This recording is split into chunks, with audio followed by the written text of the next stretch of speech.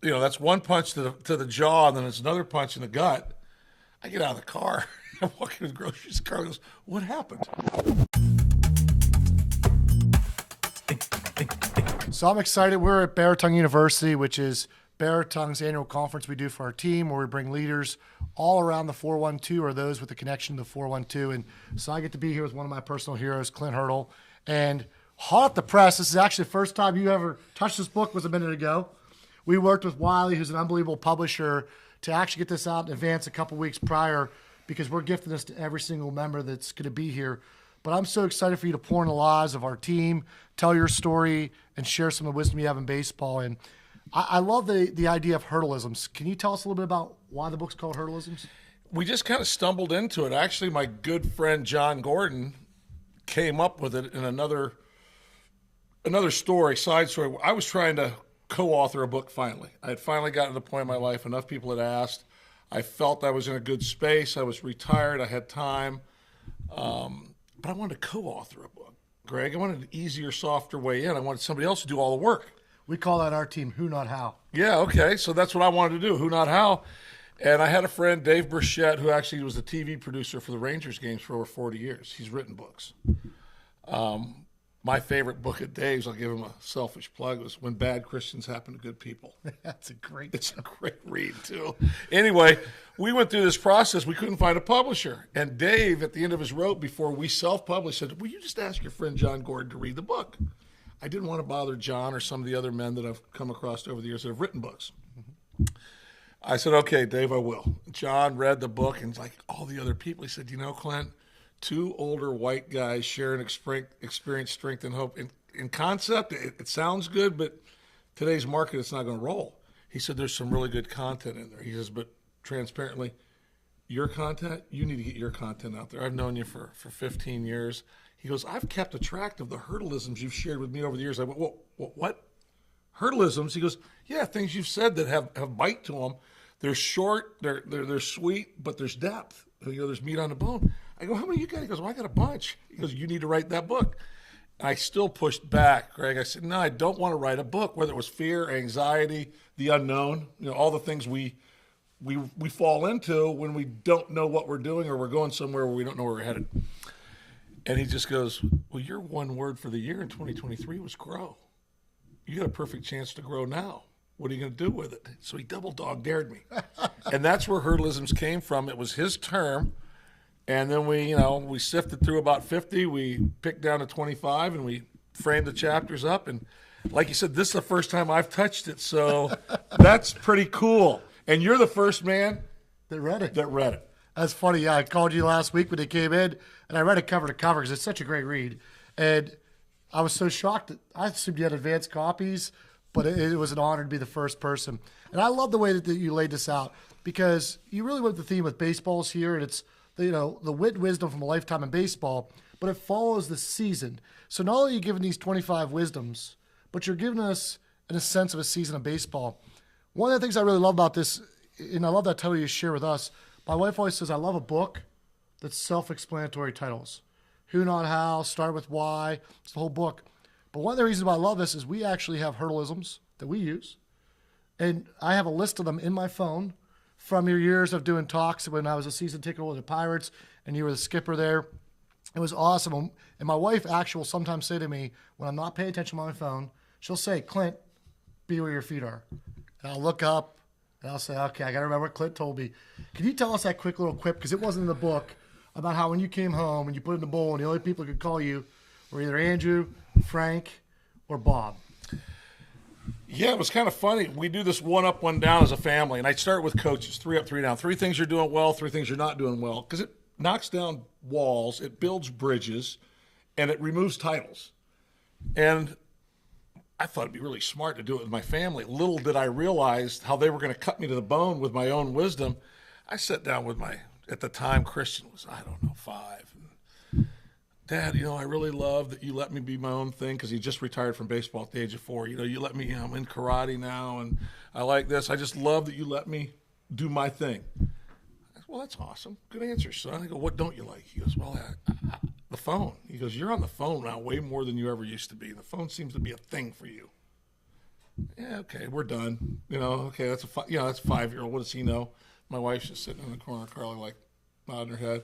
So then I get Maddie. We get Maddie, who's our special needs child. At the time, she's 7. Maddie, what do you got? Dad, I love daddy-daughter Saturdays, because Maddie and I would pick a day. When it was Saturday, we'd have breakfast, coffee, whatever. She wasn't drinking coffee then, but we'd have breakfast together. And we usually would go by Starbucks and get something for her. She goes, I love those daddy-daughter Saturdays. I go, so what don't you like them? She goes, you're crazy with your phone now. I got 2 kids, 7 and 5, telling me the phone thing. And then I kind of finished with Maddie, and when my wife comes over, sits down, she goes, what do you got? I go, 2 kids, what do they know? She goes, everything. She goes, you don't realize now that you're the manager and this is your second shot at it. You're connected to that phone. It's almost like you think it's a gun and it's the Wild West. You whip that thing out, you flip it around your finger, you put it back in. So basically, she goes, you're not home when you're home. And be where your feet are became her statement. You need to be where your feet are. I heard this before from Dr. Kevin Elko, who's a Pittsburgher as well. Spent some time with Saban, but be where your feet are. So what we started doing was when I come home from work, we had the big bowl on the kitchen table, and I'd throw my phone in the bowl with my car keys and whatever else. So it just kind of brought the family closer together and eliminated distractions. And I actually found a way to be where my feet were. That's awesome. And we're not to the bowl yet, but we're pretty close to that. And I will tell you, I remember that very distinctly from that season ticket holder leadership talk. And that's one of the many things I have written down. There's so much rich wisdom in this book, so many great ones. I kind of share with you, there's a couple that are missing here. One of my favorite ones is love is an action. It's a verb. Right. And that's something we use a lot. And I told you one of my favorite ones, if you have 1 foot in yesterday, 1 foot in tomorrow, you know what you're going to do today. And we try to live by these. If you haven't read this book yet, you know you haven't because it's just getting released. Get out there, pre-order this, order it. It is just a lifetime of wisdom. But you know what, another thing I really love about this book is you're going to read this for wisdom, but throughout here is your story. See, you said you didn't want to write a biography or a story about what you've learned, but inside this wisdom, the way it's laid out, we get to hear your story. And can you just give us like that 5-second intro about where your life's journey's been and where God's put you at now? Well, yeah, it's basically, it's completely transparent. It's very authentic, and I'm very vulnerable in it. Yes. I share my failures. I've been divorced twice. Everybody will feel better about themselves after they read the book, after they hear about my journey, because I've failed at marriage twice. And there's collateral damage that comes with that. And there's people that get hurt along the way. As I went through some challenges on the field, I was a can't-miss prospect that did. I started numbing my pain or my feelings with alcohol, and I did such a good job of it, I became an alcoholic. So I had to work through that. And then now, 26 years sober, recovering alcoholic. 3rd time at marriage, 25 years married. There's man math in there. But the fact that also I committed my life to Christ at 17 at an FCA event in Florida, started going to church, First Baptist Church of Merritt Island, got baptized, really started pouring in to the New Testament, to the Christ's life on earth. And, the cross, the death, the resurrection, the salvation that can be found through him. And unfortunately, as time went on, I started using Jesus more and more like an ATM card. Mm-hmm. And when I share things, it's not, they're hard to share, but it was true. I just want people to be able to identify, because I bet there's somebody watching right now that's using Jesus as an ATM card, just like I did. But I got to the point where through a few people in my life, but most importantly, my wife, Carla, I recommitted my life to Christ. I got sober.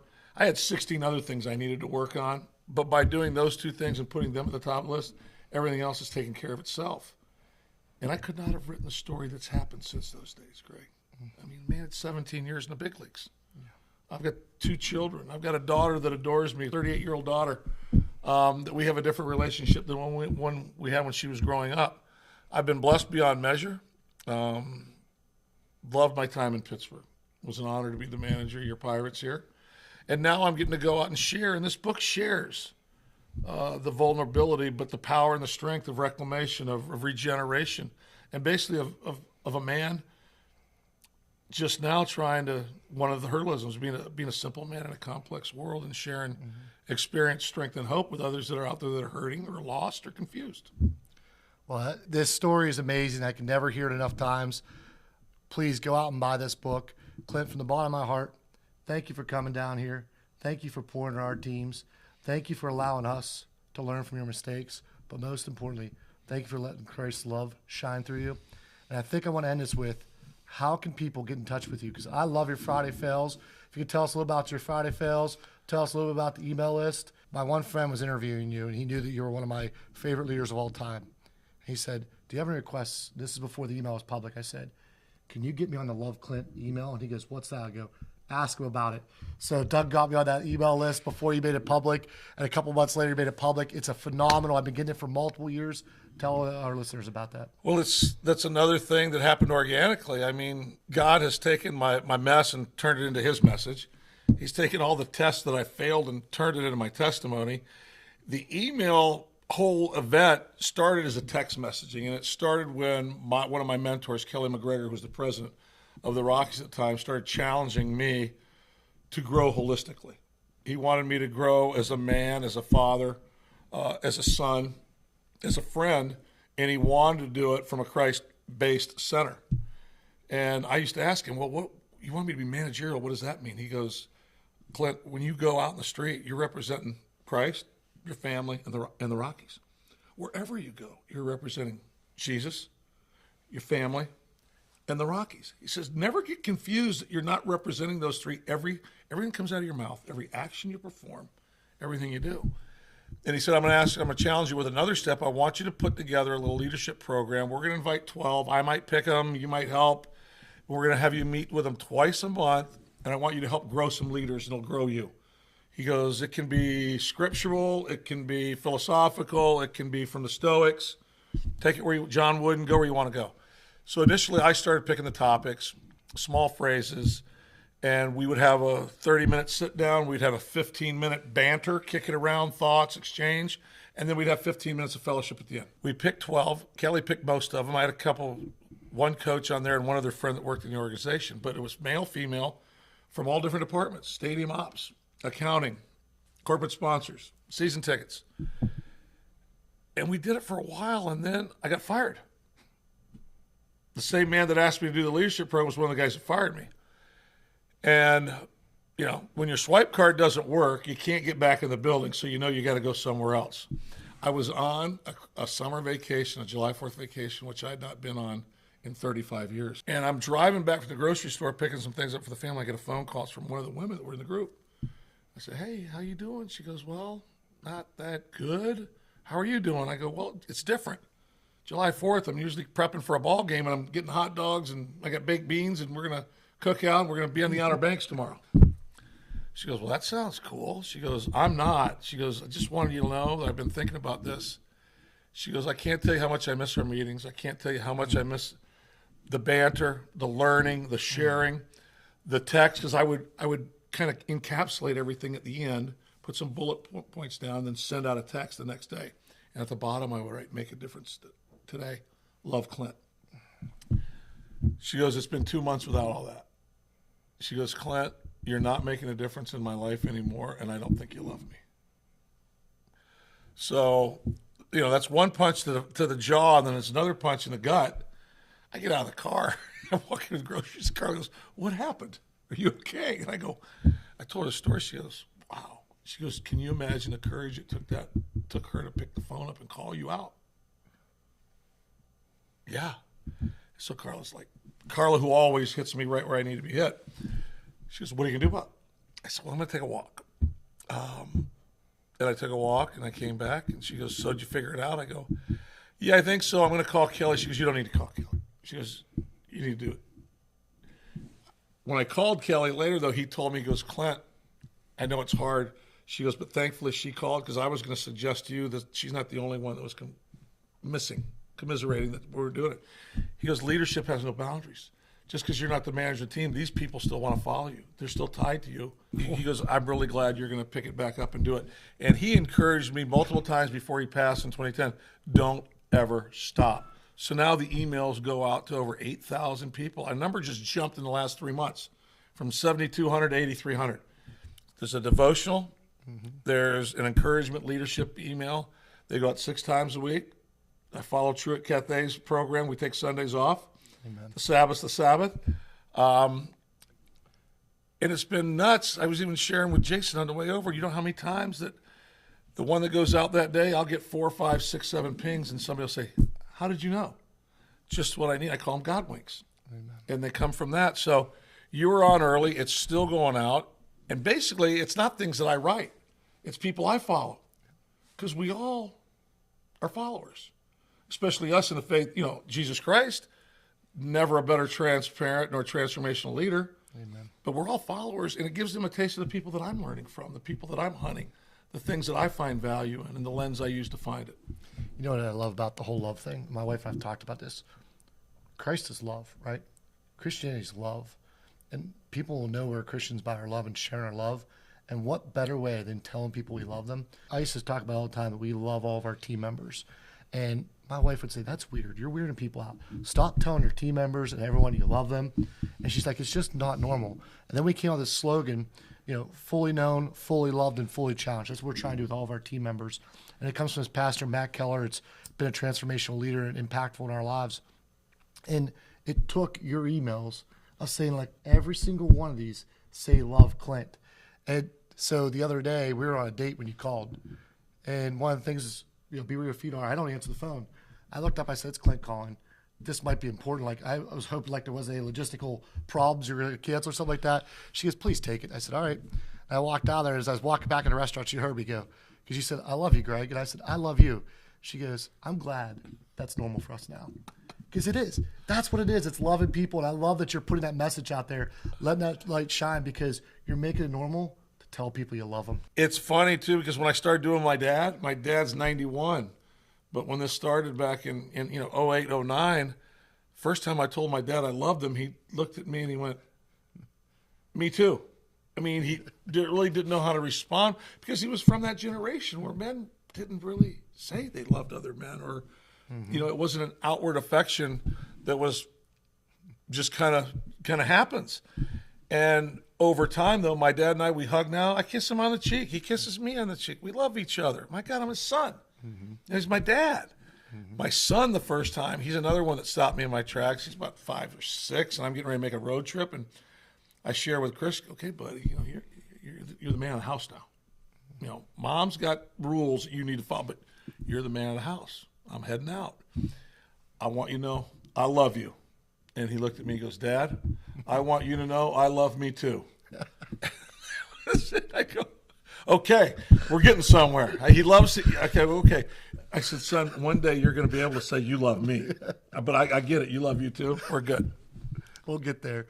Well, hey, if you want more wisdom like this, you got to read this book. Follow Clint on Instagram. Every Friday is Friday Fails, Open, Vulnerable, LinkedIn, X, Facebook, Instagram, Facebook, LinkedIn. ClintHurdle.com is where you get the emails. Awesome. It's man-proof.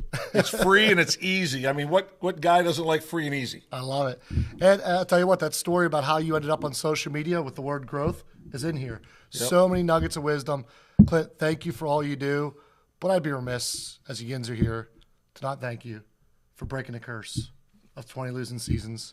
That fateful day in Bucktober 2013 was one of the greatest days of my life. Obviously, the day that I was baptized, the day I was married, the day my daughter came home are up there. But that wild card game was one of the days. So thank you from the bottom of my heart. But most importantly, thank you for leadership. Thank you for loving people.